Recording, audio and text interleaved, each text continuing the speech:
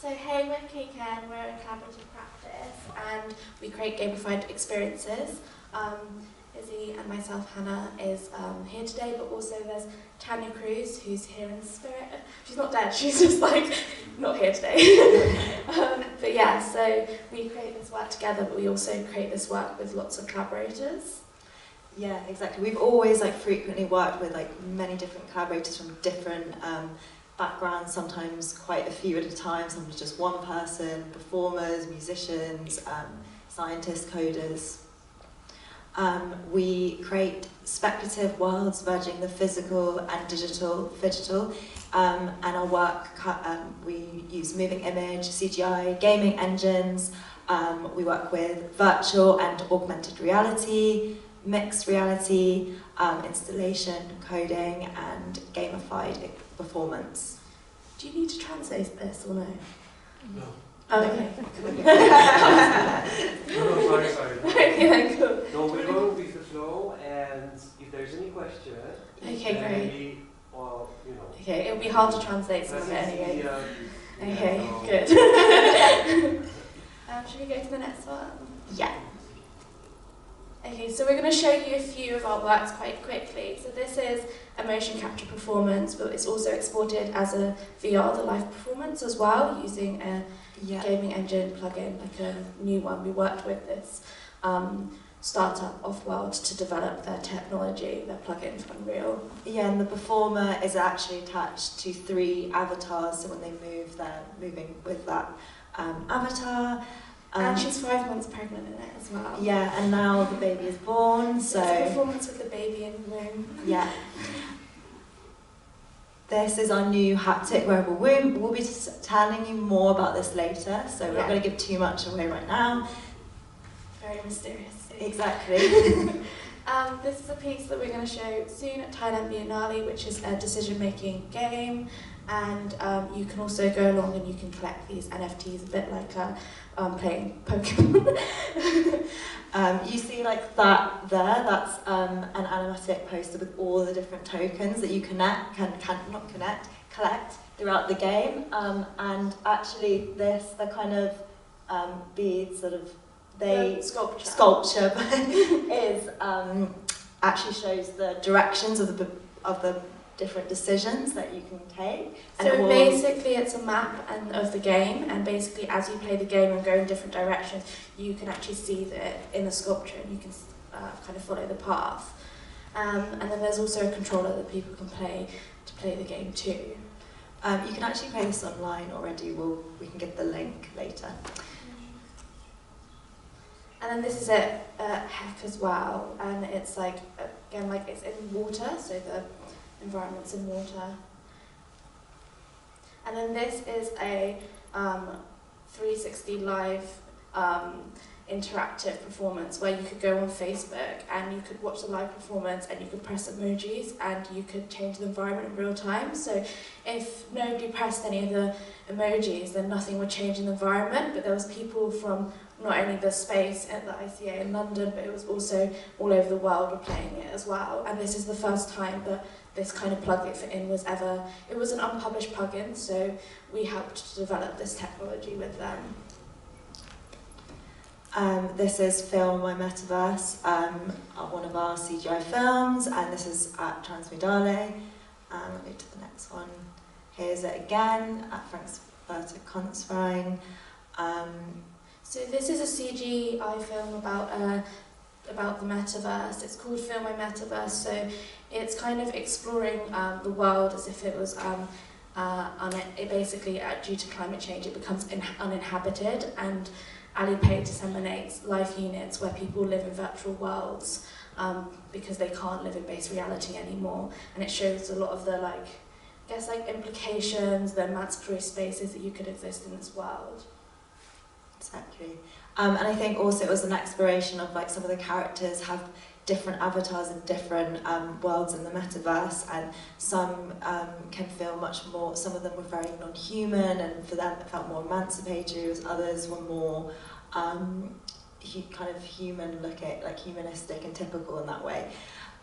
And it also had each character, you could go in and you could also become the character of each of the main characters. There was 3, so there was also, this was kind of the time where the social AR was like in its beta stages, and we basically, you could go into the space, watch the film, kind of relax on these very comfy foam things, and then also you could turn into the characters.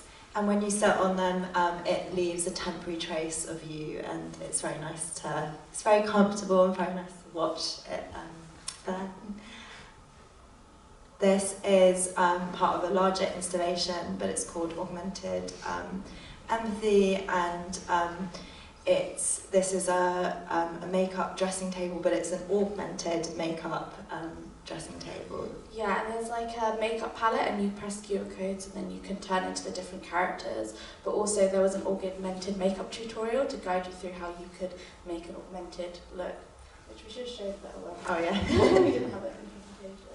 Okay, so now we're going to just like actually talk quite a lot about like what is the metaverse, and ask, I guess, a lot of questions. Yeah, especially what it is to us, and because that is often a core theme and exploration that we're exploring in our practice. The metaverse is currently a bit of a buzzword, and it's becoming more and more into the mainstream. In our practice, we're constantly asking ourselves different questions about what is the metaverse, what metaverse do we want to create. Okay, I'm going to try reading this, but hopefully it's okay. So, in the metaverse, a 3D world inhabited by avatars. Is the metaverse a 3D environment world inhabited by avatars or real people? Is it something to do with NFTs? Is it buying virtual land that is awesome rather than fills your body with a sense of inner peace? Is it a parallel universe growing through our collective minds? Neuroscientist Antonio Damasio states in The Strange Order of Things, feelings have not been given the credit they deserve as motives, monitors and negotiators of cultural human endeavour, and it is feelings that motivate us to build, to invent and to create all artefacts and instruments of culture. Damasio argues that the root of what we build is based on how we feel. So how do we feel right now? How do we feel as a society, a culture? Do we feel free, excited, hopeful, balanced? Or do we feel frustrated, anxious, resentful, or divided? Do we feel with our whole body rather than just our minds? It is healthy to feel an array of emotions. However, we often place a hierarchy on which emotions are good or bad, positive or negative. But what about the safety and awareness of our feelings, and how do they expel and unfold inside oneself and one another? What happens when we ignore or do not process our feelings on an individual, small or societal level over many generations and many generations to come? If energy can neither be created nor destroyed, energy can only be transferred or changed from one to another. What do they transmute into? Where do they go? I'm so blind, I can't see very well. And we're going to show you a clip now, so then hopefully that can This is in the a clip actually on the life game, which is being exhibited here. the sound.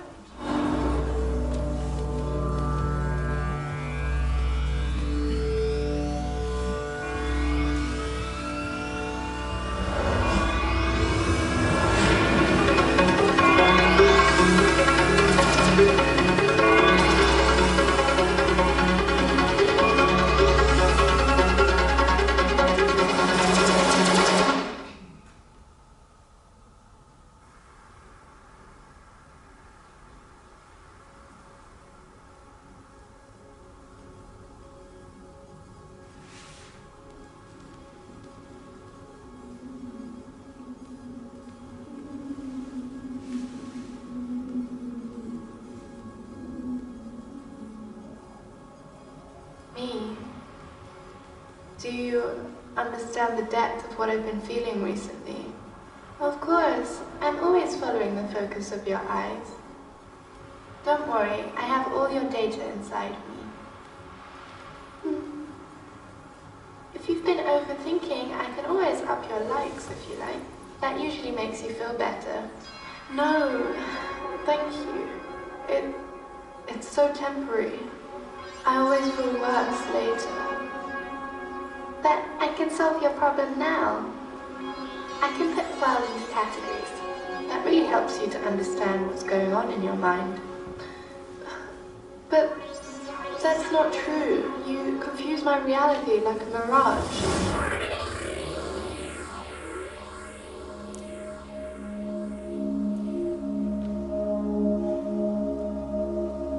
We are suffering. I'm sorry, me. I'm going to have to leave you for all.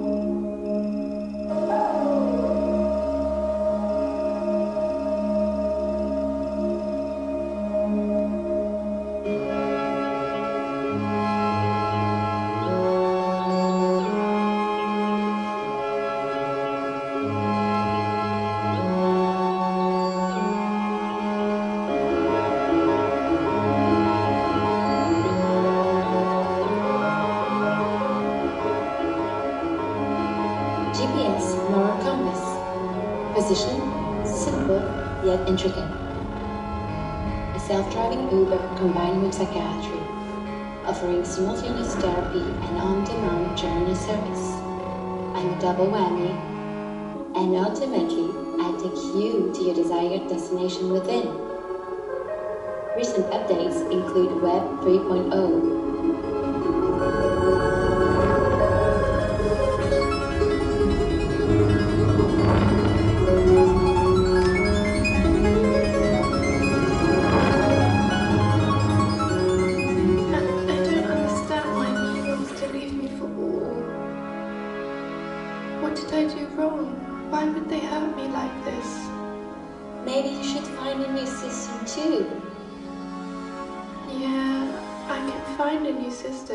Maybe if I catch them all, then I will own all, and me will come back to me. What I meant. That makes so much sense.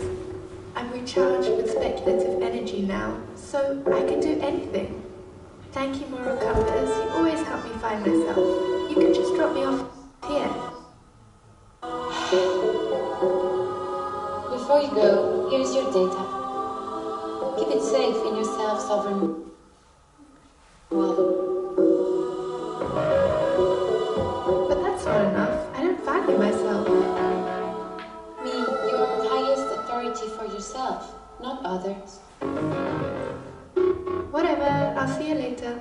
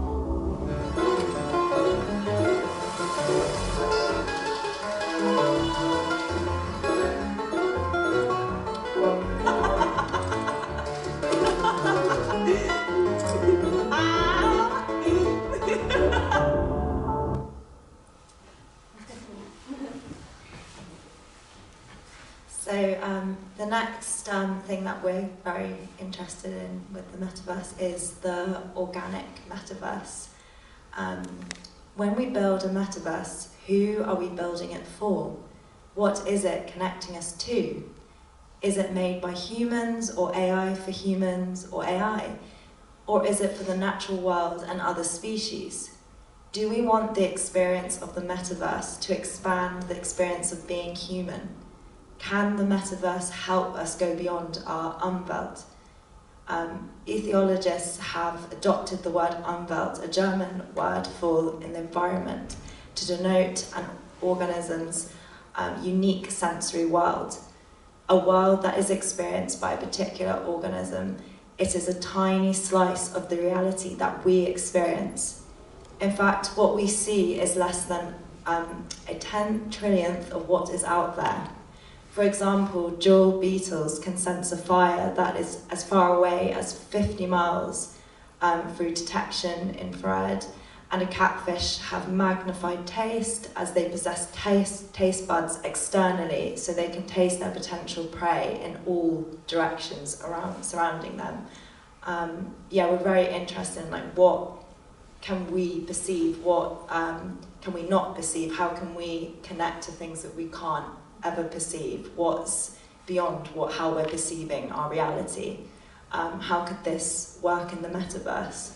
I guess it's also a lot to do with how do we have compassion and understanding for things that we do not know and that we do not understand. How do we, if we go into the metaverse, what are we leaving behind with us? And for us, it's much more of we should become more closer to nature. We should become more closer to animals. These technologies should emancipate these experiences, because people's experiences are like wearing a VR headset in a metaverse. Our inner worlds are a metaverse of infinite data, interactions, memories. So it's trying to understand it on this much more organic level. Yeah, so the next clip that we're going to show you is from the film My Metaverse, and it's when two of the characters are role-playing and they are seeing what it's like to become other species or have different senses. So here's just the clip now.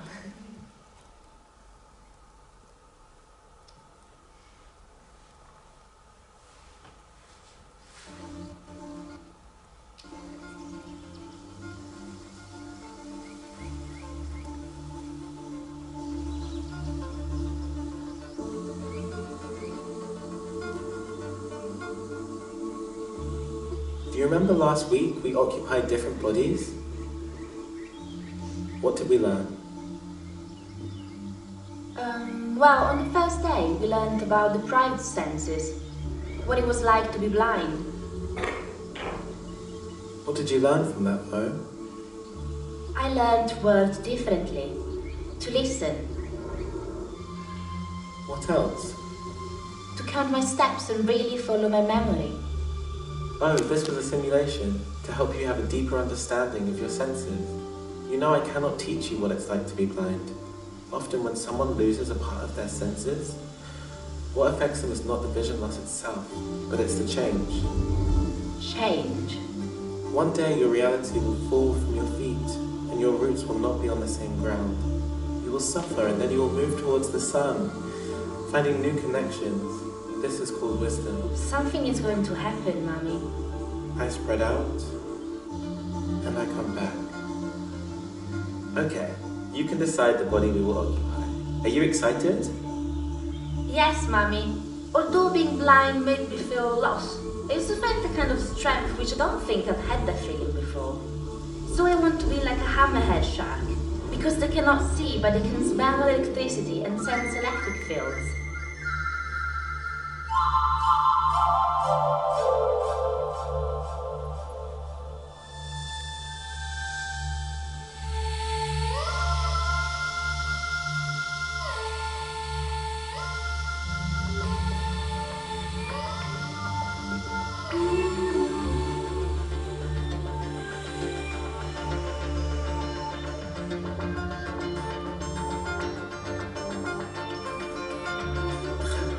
I would have never thought about that, right?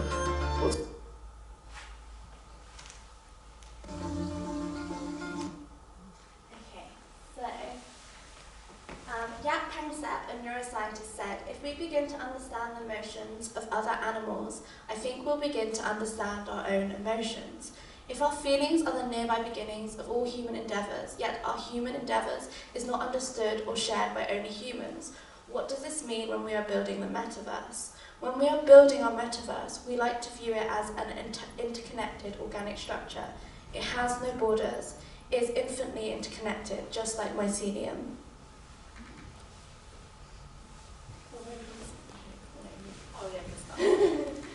So our metaverse is organic. When creating a gaming experience, we want to consider the whole body, our whole consciousness. One that can feel with all the senses. We want to incorporate the wisdom of nature and the body into it. Most technology tools and content places decision-making, logic, language as the way we create and navigate reality, which is favourable to the newest part of our brain, the neocortex. This is obviously important, however, we also have the ancient wisdom and structure of our reptilian brain, which regulates our body, heart rate, breathing, body temperature and balance, which holds our instincts and subconscious. Our limbic brain houses our emotion, recording our memories and behaviours. We are interested in creating emancipatory organic technology and gaming experiences that activate and includes the wisdom of the whole body.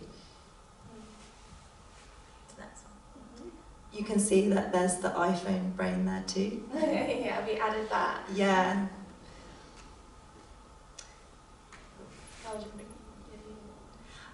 So recently we've been working on making this haptic wearable womb. If anyone doesn't know what haptics are, it's kind of devices that create vibrations or sensory sort of feeling. And actually the reason that we started to make a haptic wearable womb is in 2017 we did a performance where we had, it was a durational 3-day performance with different performers wearing kind of bought silicone pregnancy bumps, and all the performers were of different gender expression, different ages, and everyone felt a very emotional and visceral experience from wearing it. And yeah, we had it so that like one of our like ongoing collaborators, she ended up just like, she's very interconnected with her body, and the way that she perceives things is very like connected to symbols, and she just cried the whole day because she felt like it took her to the beginning of herself. And then we had the curator asked the wearer, and he ran off with it for 2 hours and we couldn't find him because he wanted to be alone with it so badly. And yeah, and we've been using this room, and honestly, just like even the other day when Saint was wearing it, she was holding it for so long and she can't have a baby. So for her, the experience of it, and she was singing into it, because we're going to do this performance soon with her singing this womb, and it's just, you're just there and you feel this like whole different connection with technology. So we're super interested in like, now we not only are like creating the metaverse in terms of like what we create as in like the metaverse in terms of the virtual world, we're also incredibly interested in how do we create the technology that gets us there too. Yeah, and like because it has this newer version, it has the haptics incorporated into it, you can program different sounds or data of yeah, well, at the moment we're just using sound data, so we've been using sound from animals that can communicate through ultrasound. So actually for a recent exhibition, we put in sounds of bats, dolphins, whales, tarsiers, moths, frogs, rats. The list kind of is quite long. And what's kind of amazing is that it actually, you really feel the sensations like going through you, and it's almost like, it's very strange because it's very relaxing, but it also feels like something's communicating inside you. Yeah, and it's kind of like, so for example, if you have like a whale feels like it's like, it goes, I can't do a whale noise, sorry, but it like feels like it's going like that. And if you think of a whale has to communicate sound underwater, and it's almost like an observation tool because you get to observe it in a way that you normally wouldn't. You'd be like, okay, I know a whale has the sound of a whale, and you think you understand it and you know it exists because you know the word whale and you know the sound, but that's not true. You really don't know it, you don't understand it, you're not thinking about it, you're not really feeling it, you're not feeling it with your body. So that's like a very different way of like us connecting to things. And like when we were testing this womb, what was so interesting was that there's more like the things that were more like highly produced, or if you make things really logical, it doesn't work well, but it works really well when you make weirder noises, more like primitive noises, more instinctive noises, and it's because it's a technology made for those parts of your brain, so it activates those parts of the brain, and you realise how much the technology that we're creating are just like very like distanced devices that are very separate from who we are in lots of ways. So we're really interested in like how can we like evolve this, and how can we like kind of making sure that when we go into the metaverse, we are going into the metaverse in a way that is holistic, in a way that is considerate of all beings, and it's something that doesn't disconnect us from one another, and doesn't disconnect us from all that does exist and all that could exist. I think it's like 99% of all species that existed are extinct now. So think about how much wisdom we've lost. And we've done it so, like, obviously so much of it is also out of our hands and means too, but we've lost so much that exists that could nurture our souls and our very existence. So I think we're super interested in, like, that approach to the metaverse. Yeah, definitely. And it's really interesting just seeing different people wearing it and the kind of different experiences that it generates for people. Like, you know, someone said, oh, it actually found it quite uncomfortable, but in like a really good way. They felt like they could move through some sort of feelings through wearing it. And I think and the next performance we're doing is we're working with a singer who's going to kind of really sing into it, and then the audience get to try the womb, but with her singing into it. So it's very intimate, and you can also, it's a great device on communicating things that you might not have experienced or you might not understand. We hope that, because we're going to keep developing this, that it can become a great sort of empathy and consciousness device. Do you want to show the video quickly, and then we can kind of done?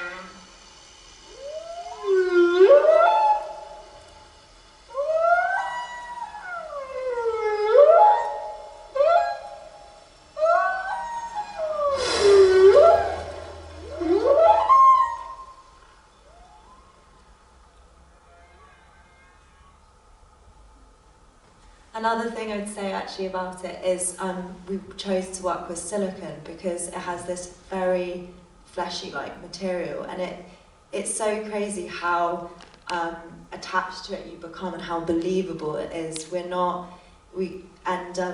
It really mimics and simulates the experience and aids that.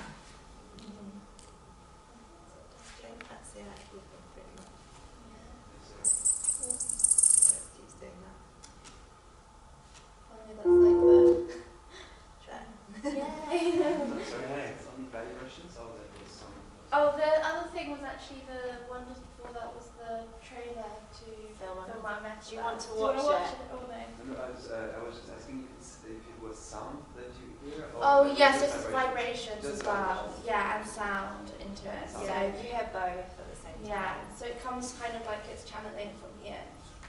Not like that, yeah. And you have it with you? No. Yeah, To run with it. Yeah, you can run away with it. It's so like nice. It's in Birmingham right now. Yeah. We'll be taking to Birmingham. We're making another one so then we'll have 2. Is there any question for Keiken about the organic metaverse and feeling like animals?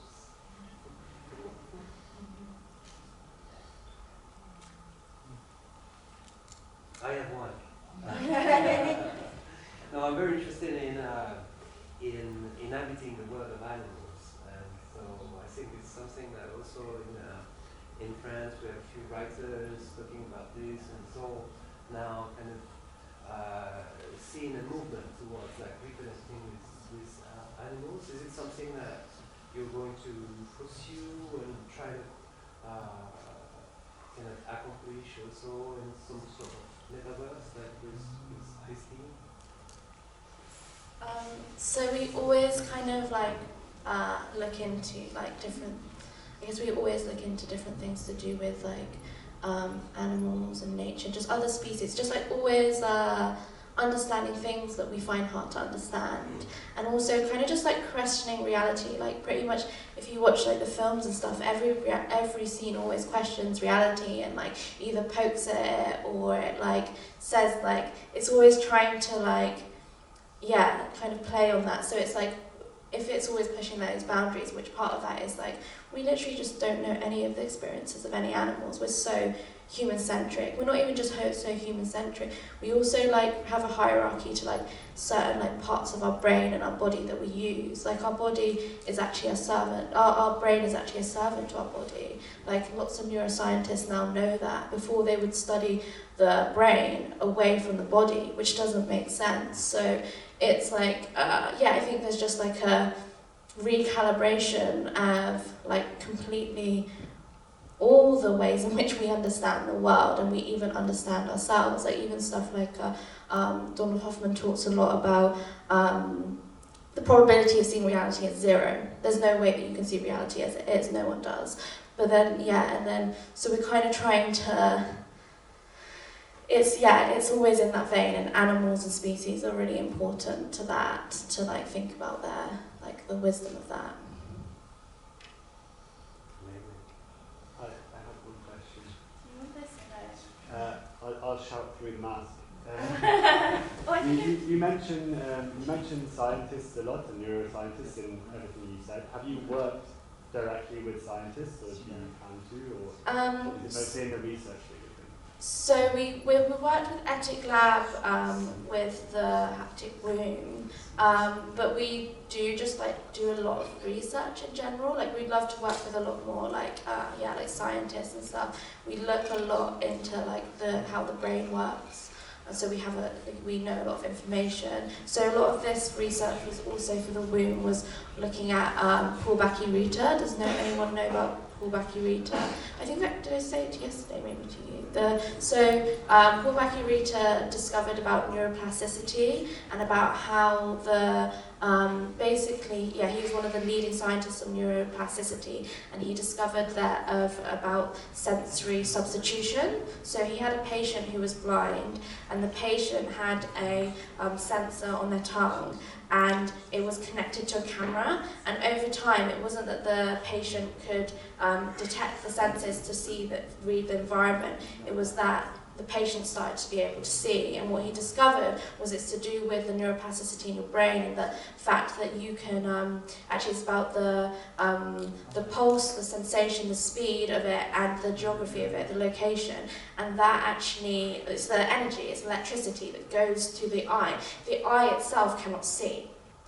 So, what he discovered was that you can basically replace one sense for another, and that our senses are plug-and-play devices, which something like Neuralink is playing with that. You can rewire the brain. This is also why things to do with AI and under-the-skin technology is we have to understand this, because what happens, we colonize the earth, we colonize animals, we do all these things, but what happens once you start colonizing our internal land? That is where do you go when your land is being taken by you? But then what can you do? Paul Rita, all his studies was to do with helping people who had didn't have a sense to regain mobility so that they could have more freedom. So there's so many emancipatory ways in which you can use the technology too. and this understanding, I guess.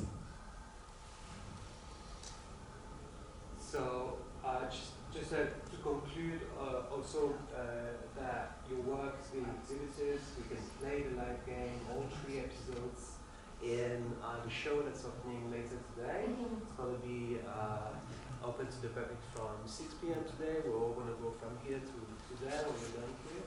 And so I think you'll be with us at this time, so we can also talk about it over the web. So I think the entire show is called Faire Monde, which is kind of the wording in English, and is about all the different ways species, human, non-human, can weld worlds. This is really taken from this idea that there is multiplicity of worlds, and the limitation is